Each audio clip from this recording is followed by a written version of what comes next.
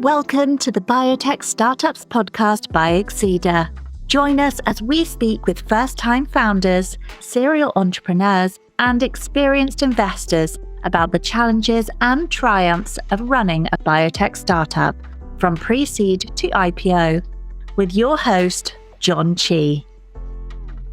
In our last episode, we spoke with Kittu Kolluri about his time at Healtheon/WebMD, his experience at Neoteris, and how he ended up joining NEA and getting into venture capital. If you missed it, be sure to go back and give part 2 a listen. In part 3, we chat with Kittu about his thoughts as a venture capital investor, his experience founding Neotribe Ventures, and his take on why personal networks are critically important. You know, as you're starting, so you join NEA, you're like, okay, I think I can do this.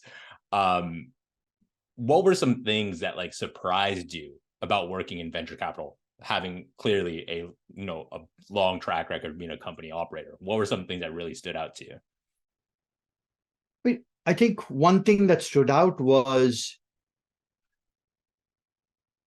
remember we talked about influence over control? That was one thing that got accentuated.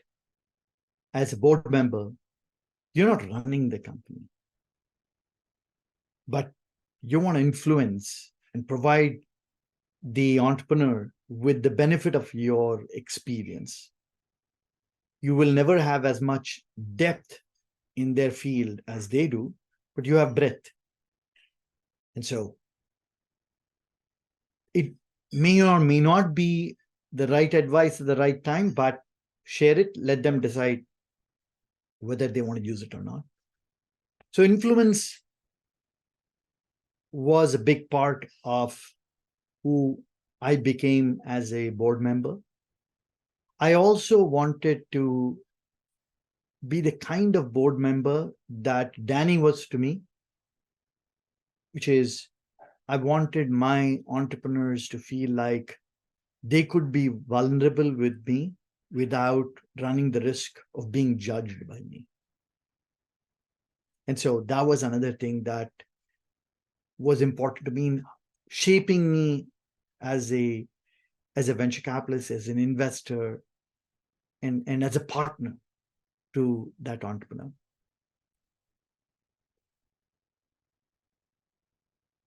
And in terms of what I got to do there, because of how large of a platform NEA was and is, I was able to foray into multiple new directions. I was part of the tech team, but I got us into insurtech. We were doing a lot of clean tech. I did quite a bit of clean tech and some fintech. I did early stage. I did growth. I did some seed.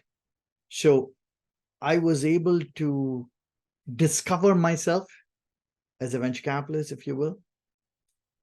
And along the way, look, venture capital is a business where where failure is not only an option, it is a guarantee, right? Some number of investments are not going to work, and so, and if the loss ratio isn't sufficiently high, you're not taking enough risk, so that's kind of some of the lessons that I learned along the way. And I also, one of the things that I like to do was, I'd like to say, make a series of cheap original mistakes. What I mean by that is, I'd like to invest in companies at an early stage, but writing a modest check and trying to see, okay, what the next card looks like. And I believed in being a bit disciplined, of course, in a compassionate way, in the sense that, if I felt like our original thesis wasn't quite panning out, I would have a conversation with the entrepreneur and say, hey, let's find a home for this. And that's worked for me really well. And honestly, it's worked for the entrepreneurs that I work with so well too, because sometimes timing is everything, John. I mean, my simple rule of thumb is this, right? You raise money at a seed stage. What's called seed today, it used to be called Series A then. Right? And the whole point is, I define product market fit as sitting on two legs: proof of value, proof of market. Your first job is to find proof of value. Are there use cases where customers like literally ripping it out of my hands, right? If you don't achieve proof of value, you have not earned the right to raise a Series A. Fine, you've achieved proof of value. Now you raise a Series A, you've gotten some initial customer traction. Now you got to go out and prove out market. What does that mean? Figuring out a replicable sales model so you can acquire customers in a cost-efficient way around the same use case or use cases that we talked about. If you don't achieve proof of market, you're not raising Series B in all likelihood. So every financing is an opportunity for the entrepreneurs and the boards and the investors to think about, okay, do I go long? Do I go short? And I've written about this. TechCrunch published this article. And so well in advance of that, it's important for the entrepreneurs and the early investors to have a really authentic conversation saying, okay, how do we evaluate ourselves? Do we have proof of value? Do we have proof of market? We don't. Let's see how we can package this and find a home for it. Because if you haven't hit proof of value, maybe there'll be somebody who'll say, hey, this technology could work inside of my product, or these people could work well. So that approach has served not only me well, it's served most importantly the entrepreneurs well. And I can tell you, there are entrepreneurs today that have worked with me that have thanked me for saying, hey, thank you for that advice at that timely point, because we would have otherwise gone off and tried to raise Series B. And even if we had successfully raised it, we'd have probably taken it in the shorts. And I love hearing that because it's methodical. It's almost like I could see the engineering and operations research. It's the formulaic approach. Yeah. That's the engineering me. Yeah, that sounds very like engineering mindset. Like, correct. It's a if then else statement. Yeah. That's exactly it. And I love hearing that, because I think exactly what you're saying, like as a board member, you want to be that a little bit of pushback sometimes to kind of like just, you want to kick the tires and say, hey, let's do an honest assessment of where things are at right now. And this will help inform that intellectual honesty is very important. Absolutely.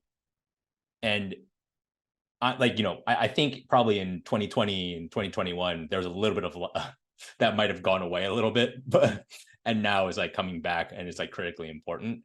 And while at NEA, I'm curious, because there's a lot of listeners out here who want to, whether start their own venture fund or join a firm like NEA, and going in, like, this is your first time doing venture capital. How, like, this is starting to get into like the differences between running, like being a leader at a venture fund versus a leader at a company. Like, how did you source like opportunities? Like, is the sales motion in a VC firm the same as a sales motion in a company? No. At a VC firm, you're a partnership. So there's a responsibility on you as a partner to generate deal flow for the firm. It's actually closer to a consulting firm or a legal firm. So partners in those businesses also have a responsibility to bring in business to the front door. And so I had a personal responsibility to generate deal flow and quality deal flow for the firm. Fortunately for me, my IIT network helped me a lot, because I had a large network in the IIT alumni. I was named as one of the IIT 50, so the 50 prominent IIT alumni across the 5 IITs then. So that helped me, my personal brand, if you will, helped me within the IIT community, and then within the larger immigrant community field. And then what happens is you do deals, and those deals start to get talked about. One thing feeds upon another. So that's kind of how that works. Whereas, in a corporation, deal flow is not at a personal level. Your top of pipeline is being done through some sort of marketing activities around the product and the company that you're trying to build. That makes sense? It absolutely does. And I think the kind of breaking those out, like breaking them into 2 different kind of like buckets is a worthwhile exercise. It's like I love the kind of the comparison to like a law firm or a management or a consulting firm. It's much more like that. And you talked about the partnership model. Like, again, different dynamics than a corporation where you have, your C-suite, and then so on and so forth. Can you talk about what the difference is on the partnership dynamics versus, being a CEO of a company, being a general partner at a firm like NEA? Like, what are those dynamics? I mean, I think, in a lot of corporations, decision making is typically hierarchical, right? One person in the organization is entrusted with the responsibility for making a decision on a particular aspect. There's discussion, but the buck stops with somebody. That's not quite the case in a partnership. In a partnership, it is really a collective decision. And so everyone's voicing their opinion on a deal, and we're voting on the deal. So there's a democratic process, if you will, right? And different firms have different voting mechanisms on how to perfect the art of decision making. But that's how it worked for us.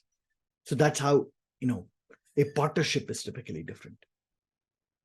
And I think that's like incredibly important for those, like, whether you're a startup raising capital, or you're just starting your journey at a venture firm, knowing that there are like actual structural differences to this, getting consensus around with 14 people, very different than 2 decision makers within, just whatever, a small business sale or whatever it may be.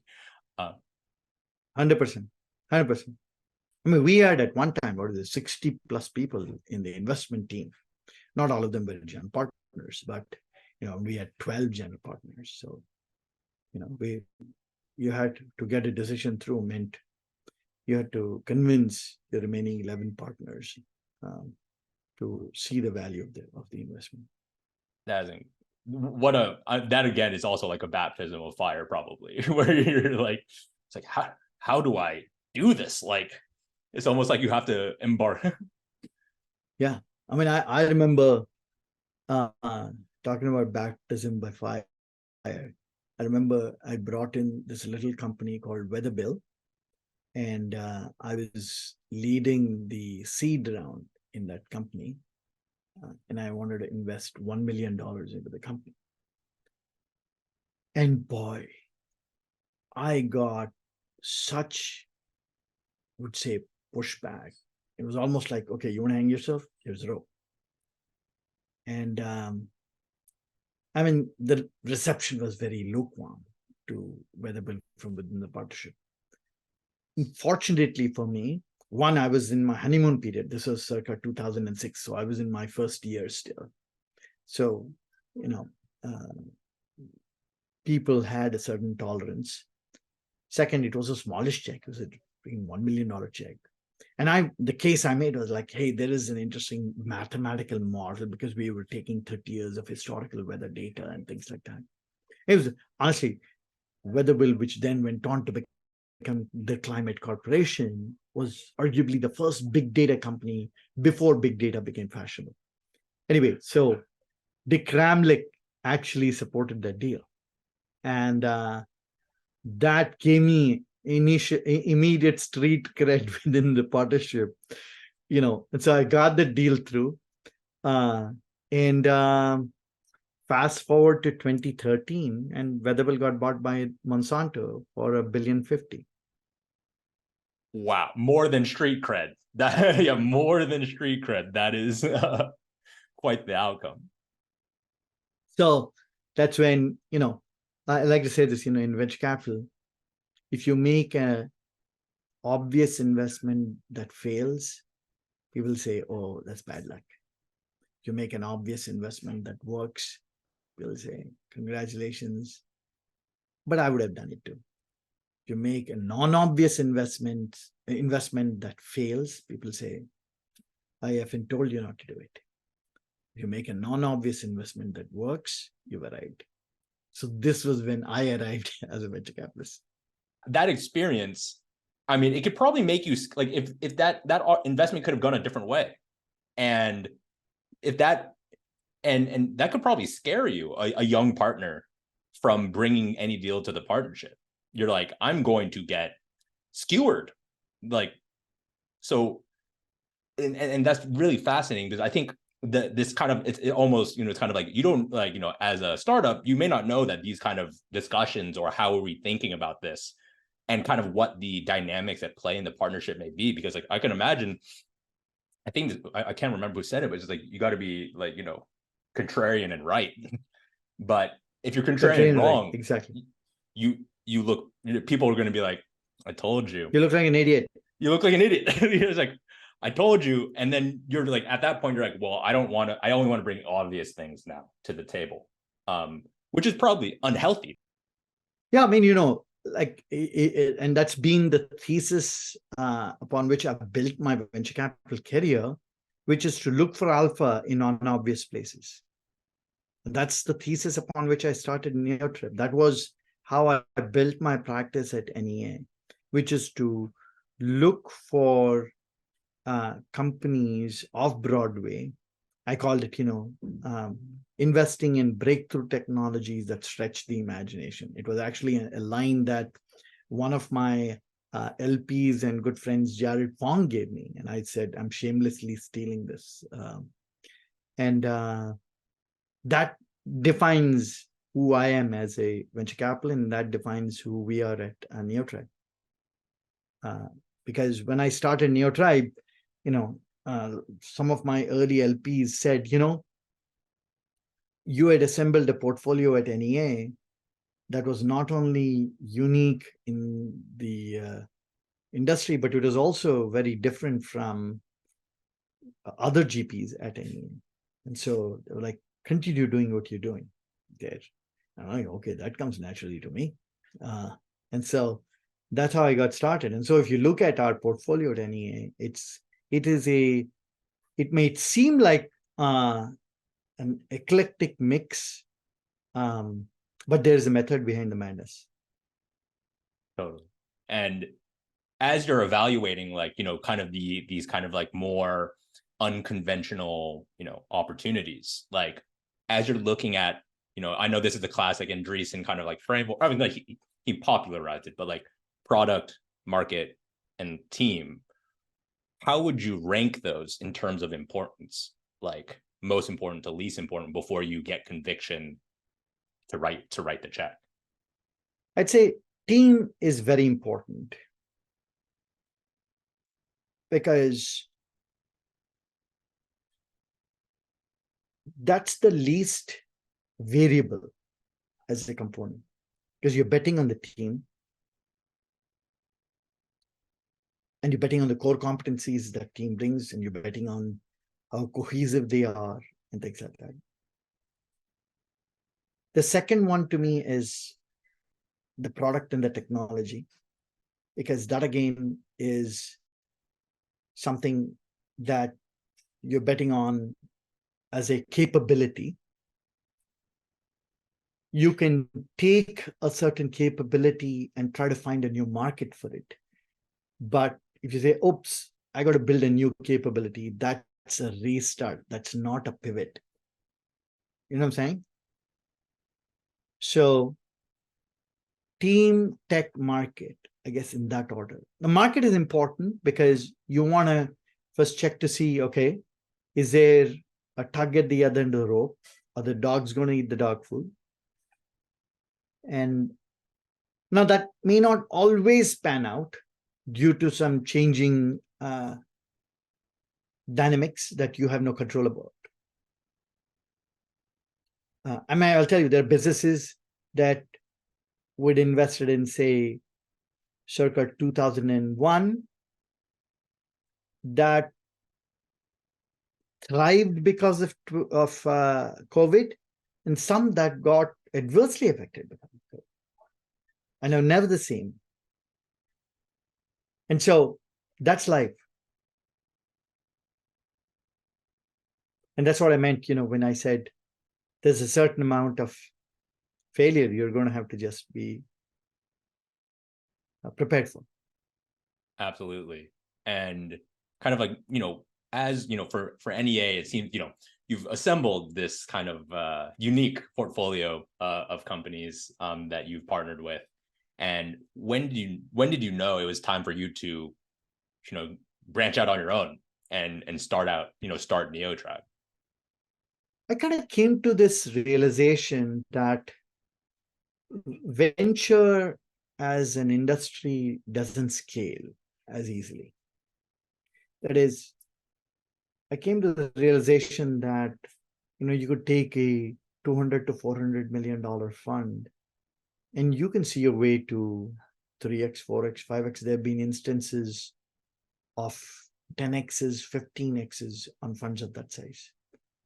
So if you know what you're doing and you do it in a well thought out programmatic way, you can replicate success. There'll be some variations here and there. But if you take that and say, okay, I'm going to try to raise a $3 billion fund, that's a different game altogether. So getting to a 2x there becomes very hard. Starting off with, at Neotribe, we are a small team, small partnership.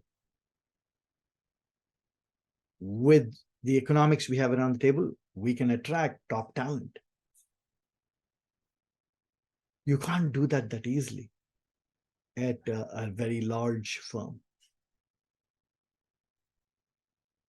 So those were some of the things that led me to think about. First of all, I tried to be a bit of an instrument of change and insight, and suggested to my team that maybe we should try and raise smaller funds. But NEA had a proven model, and so that's what led me to starting this. That's awesome. And as you were, I define entrepreneurship as a passionate rage against the status quo. Yeah. I don't know if I agree. I'm appreciative of my time at NEA. I learned a lot. I wouldn't be where I am without that experience of 11 years there. But you're always trying to do something a little better, and this is my small effort. Totally. And as you mentioned earlier on, you and your founding team kind of setting the North Star, the values that you stand for. What is, with your founding team and Neotribe, what are the kind of pillars of value that you guys stand for, mission and focus? Here on our website, we talk about authenticity, talk about transparency, intellectual honesty, respect, affection. These are all the things that we care about. So we've actually put it up on our website, one, because that's what we believe in, but you also want to be held accountable to those by our key stakeholders, which is our entrepreneurs and our LPs. And as you kind of like are living these values and like, what does that mean with your, you kind of mentioned the stakeholders being the entrepreneurs and the LPs. How does that manifest in terms of your interactions with a company? Let's start with the company. What is that interaction? What is a Neotribe interaction and involvement with a company who you decide to partner with? I like to say capital is the least expensive part of what we bring to the table. We're company builders at heart. Given our experiences, we empathize with the entrepreneur. The journey of a startup is not a straight line. It's a meandering journey. And I understand. I've been there, done that. I've been through the trials and tribulations of being an entrepreneur. And so I have empathy, I have patience for that. I can tell you a lot of VCs don't have that patience because they have never been that. And so I want to create a partnership with an entrepreneur such that that entrepreneur feels like, okay, I can give Kittu a call at any time if I'm not feeling good about something and I'm feeling like vulnerable about something. Because God knows entrepreneurs go through a lot of difficult times, a lot of things not going right. Like, what do I do at a time like this? And so that is what I want to be. And that's what we all pride ourselves in is. But at the same time, that pact comes with a certain responsibility. We're just to be able to tell the entrepreneur what they need to hear, not what they want to hear, in an authentic, non-judgmental sort of way. I think that's critically important. You're not a cheerleader. That's so I go back to, you're not a cheerleader. Remember we talked about trust earlier in the conversation? You have to build a level of trust with the entrepreneur where you can disagree or agree to disagree and have conflict, but there's no attribution agenda. The entrepreneur is like, oh, you're doing this because of that, or we're not feeling the entrepreneur's got some hidden agenda. So it's all in the open and everyone knows that, okay, we're all working towards a common goal. That's music to my ears, because I think the relation, like it's that healthy disagreement that's important, whether it be your investor, your board member, your co-founding team, and having that healthy ability to agree to disagree, that fosters like these strong teams across the board. Because the joke I say internally at Exceeders, if you're a musician, you don't want just yes men in your studio. Like, you go to record, you say, everyone listen, and everyone's like, yes, this is amazing. But in actuality, it was not amazing. You don't want to release that. Like, you need someone in the studio to say, that wasn't it. Retake. Let's do a retake. It's incredibly important. And it hurts. Sometimes it hurts to hear it. You're just like, I thought that was really good, but it's actually not that good. And as not only partnering with startups and entrepreneurs is part of being a venture capitalist. There's also the element of having to work with LPs and raise the fund. What was your experience raising your first fund? From the perspective of a venture capitalist. Hardest thing that I've ever done. Because when I set out to do this, there were lots of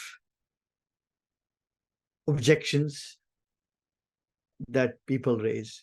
The world of startups is very different from the world of funds, in the sense that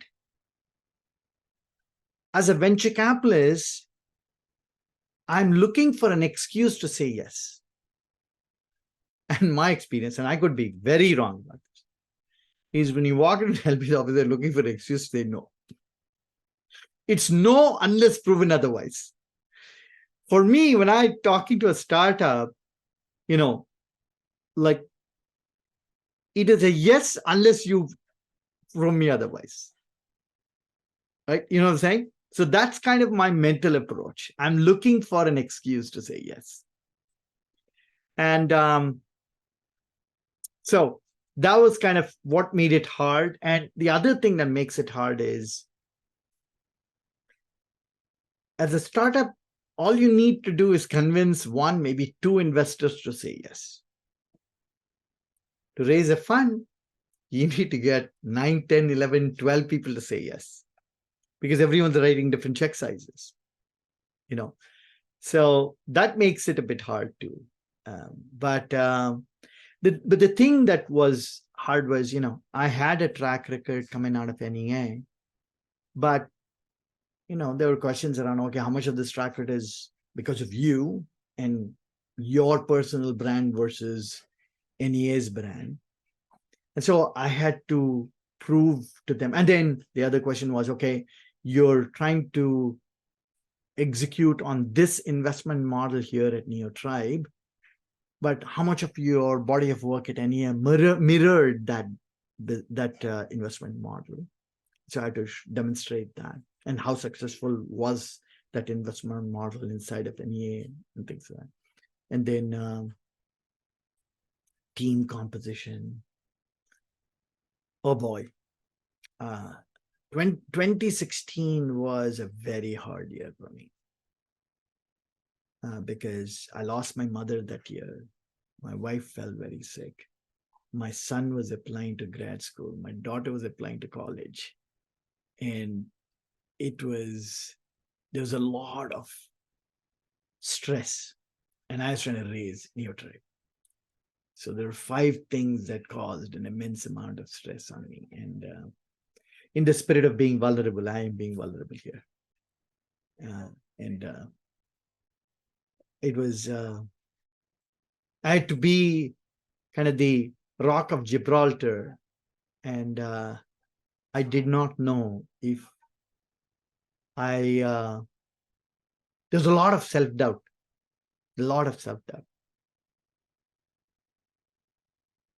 but that I had to overcome. And thankfully, I had some phenomenal friends along the way who supported me. And, there were several individual investors who were like, we're in for,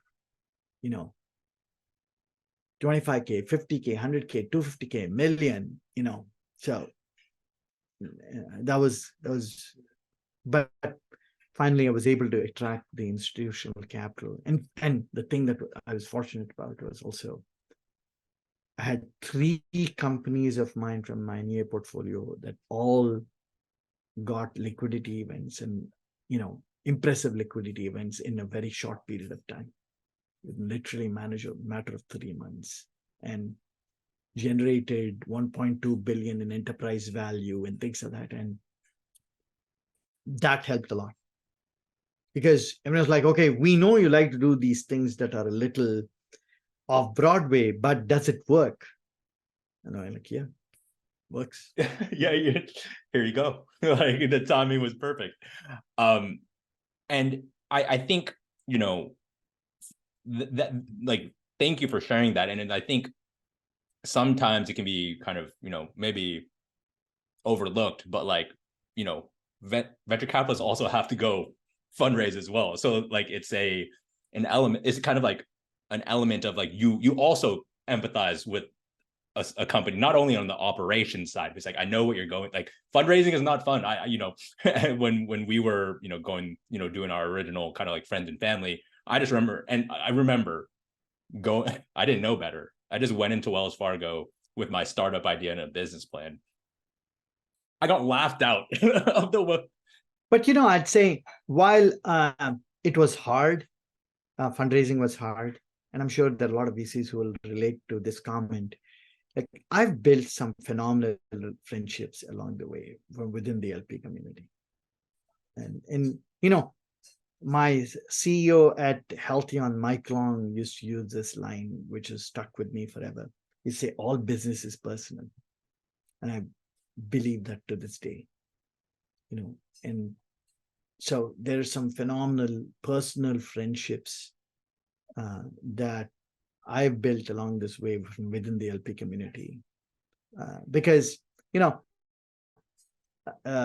is the professional part of it, which I take very seriously. When you raise money from a pension fund or an endowment, these are,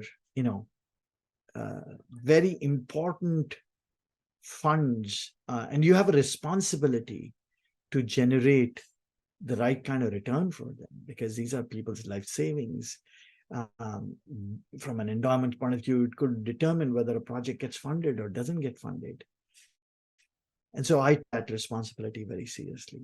But along the way, it is important to also cherish and enjoy what you're building, and enjoy the partnership with which you're building this. And so I have some LPs that I can literally pick up the phone, call, say, hey, I'm thinking about this. Like, what's your advice for me? And they've been awesome, really awesome. I couldn't agree more. I think especially with the business is personal.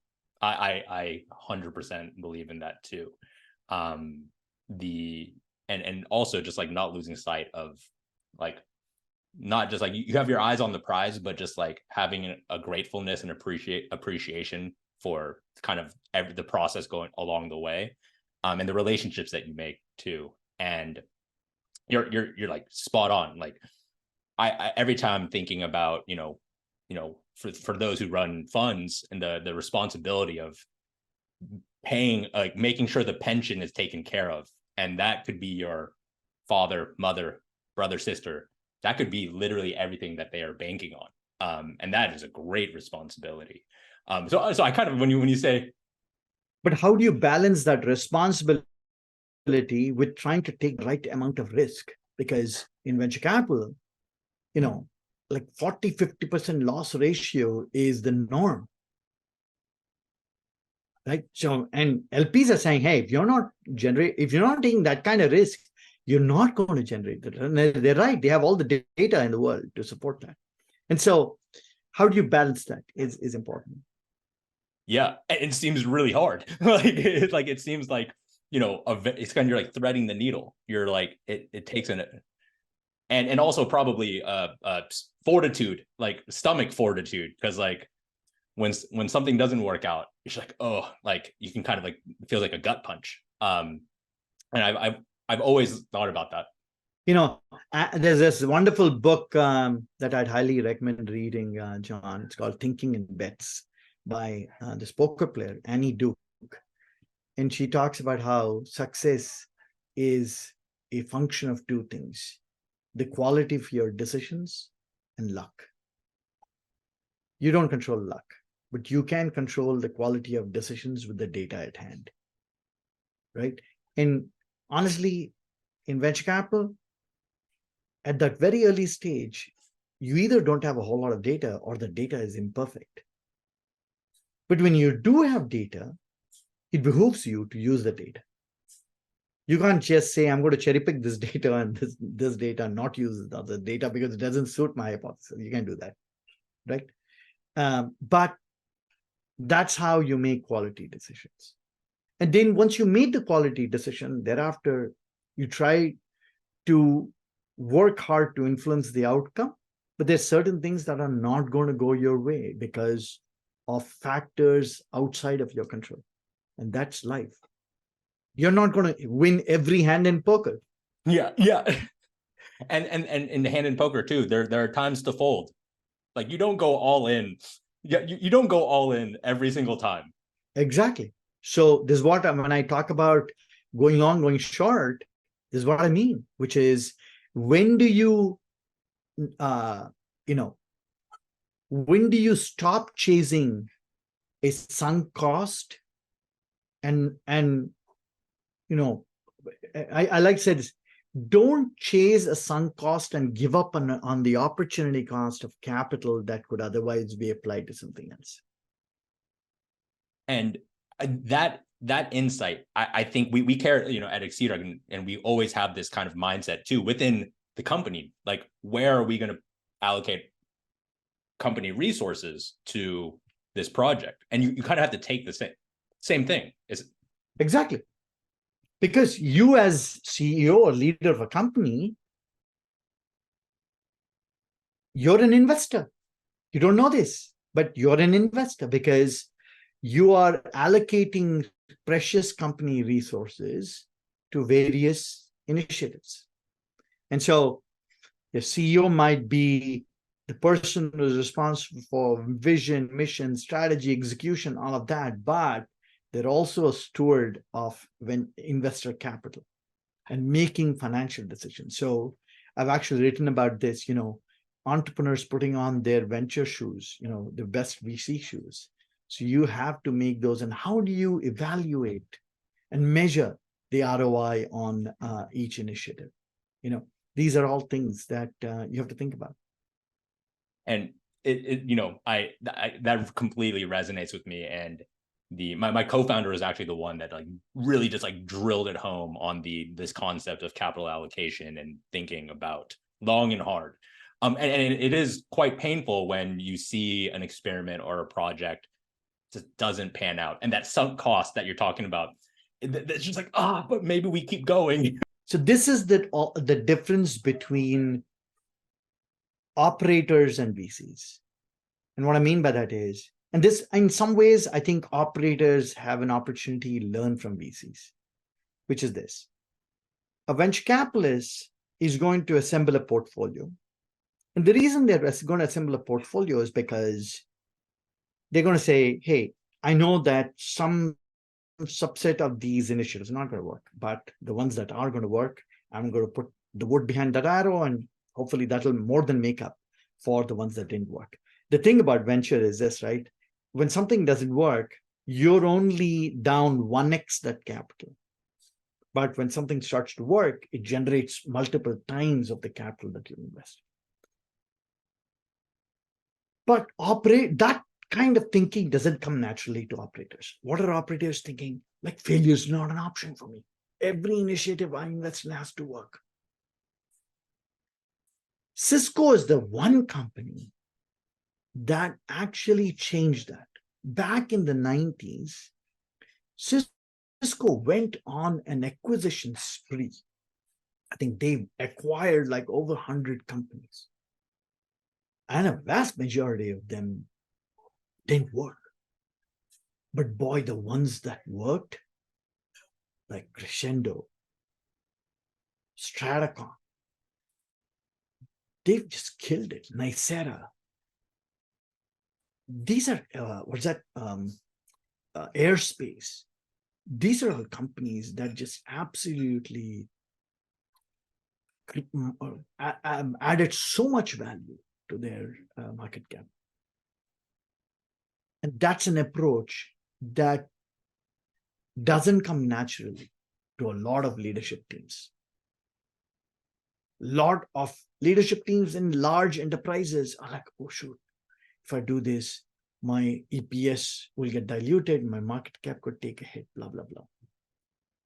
Yeah, don't think short term, think a little long term. Yeah, and also the VC concept of getting shots on goal, getting as many as you can, and learning from that quickly. And we would try to employ that. This guy Nassim Taleb wrote a wonderful book called Fooled by Randomness. You may have read that book. And he talks about what the hedge fund guys do, right? They make 10 investments, 10 small investments, and usually they go short on 10 companies or so. But they, 9 of them don't work out, but one of them works out, and boom, that's made your fund. And so we don't do shorts in venture capital, we go long, but it's not dissimilar. Spot on. And it's funny because there was one specific aspect within Exceeder's history where I learned this, really internalized it. And it was a weird place I learned it. Outside of talking to my co-founder, but early days when Exceeder was just me at a table, I realized me doing sales by myself was not scalable. Like there are only so many like doors you can knock on and phone calls you can make, and then everything else in your company still needs to keep going. So basically what I learned was like how to use Google AdWords. And Google AdWords was what taught me exactly what you're describing, because you're having constant feedback from Google AdWords. Like you're either getting a lot of clicks or not getting a lot of clicks. And quickly I was like, oh, I should just not let this one advertising campaign run too long, because I put my life savings in this company and it is going into Google's pocket right now. So we need to make a change or outright just like turn it off. And that lesson has been seared into me in terms of just like, you know, as we think about sales initiatives, marketing initiatives, it's like, okay, like we've given this ample time to kind of run its course. I think we need to fold. And I used to take it personally, like a personal hit, like, oh, but now it's kind of over time, you kind of get the thick skin. It's like, okay, there's something else that like we can move this resource elsewhere and maybe find somewhere, you know, somewhere else to reallocate. And I think for, you know, especially for deep tech and hard tech, you know, these are hard problems that you dedicate a lot of time to, and you probably get very attached to it personally. And so getting kind of separation. Yeah. You know, what you're alluding to is what channels of customer acquisition are working, right? And so for any business, any entrepreneur starting out there, and they're going down the path of customer acquisition, you want to throw some irons in the fire and say, okay, should I do some marketing? Should I do some lead gen? Should I do Google ads? Should I do Facebook ads? Should I do Instagram ads? And or should I actually hire a sales team? So depending on your business, there could be multiple tools, multiple arrows in your quiver. And it behooves you to try small, cheap experiments to see, okay, is it working? And if it's not working, kill it. If it starts to work, okay, let's put more behind where that came from. Yeah, that's spot on. And you know, and as we kind of see and I'll say that this is now, you know, back then there wasn't much literature on it. And now this is like very well kind of like, there's a lot to like, you can find how to, you know, run these A/B tests on, you know, very much on the internet and such. And I think also you know, for folks that are R&D focused, you know, just thinking about getting shots on goal and as many as possible and then that way, so you're not just banking on one specific all-in bet, eggs in one basket. But, you know, to kind of round things out, you know, it sounds like, you know, I'm really excited, Kittu, for Neotribe and everything. And thank you for sharing your story thus far. You know, for the listeners out there. Thank you, John, for having me. And I hope this has been useful for you and for our audience. And I hope there are some tidbits of knowledge, wisdom, experience that your audience will find useful. I'm happy to chat further with anyone that wants to reach out. Yep. And before we head out, where can people find you online and how can they get in touch? Yeah. Either on LinkedIn or an email to kittu@neotribe.com would work also. kittu@neotribe.com. Perfect. Kittu, thanks again. You've been really generous. I hope we get to do this again. 100%. I really enjoyed it, John. You're a phenomenal interviewer. I appreciate it. I'll talk to you again soon. Thank you. Bye now. Take care. Bye. That's all for this episode of the Biotech Startups podcast. We hope you enjoyed our 3-part series with Kittu Kolluri. Be sure to tune into our next series where we chat with Stephanie Sirota, partner and chief business officer at RTW Investments, a full life cycle life sciences investment firm dedicated to solving the most challenging, unmet patient needs. Stephanie is a seasoned expert and leader in business development, strategic partnerships, communications, and investor relations. Prior to joining RTW, she was a director at Valhalla Capital Advisors and worked in the New York and London offices of Lehman Brothers, where she advised on various merger and acquisitions, IPOs, and capital market financing transactions for the firm's global corporate clients. Her deep insights into investment banking, strategic partnerships, and business development offer founders many lessons to learn from. The Biotech Startups podcast is produced by Exceeder. Don't want to miss an episode? Search for the Biotech Startups podcast wherever you get your podcasts and click subscribe. Exceeder provides research labs with equipment leases on founder-friendly terms to support paths to exceptional outcomes. To learn more, visit our website www.exceeder.com. On behalf of the team here at Exceeder, thanks for listening. The Biotech Startups podcast provides general insights into the life science sector through the experiences of its guests. The use of information on this podcast or materials linked from the podcast is at the user's own risk. The views expressed by the participants are their own and are not the views of Exceeder or sponsors. No reference to any product, service, or company in the podcast is an endorsement by Exceeder or its guests.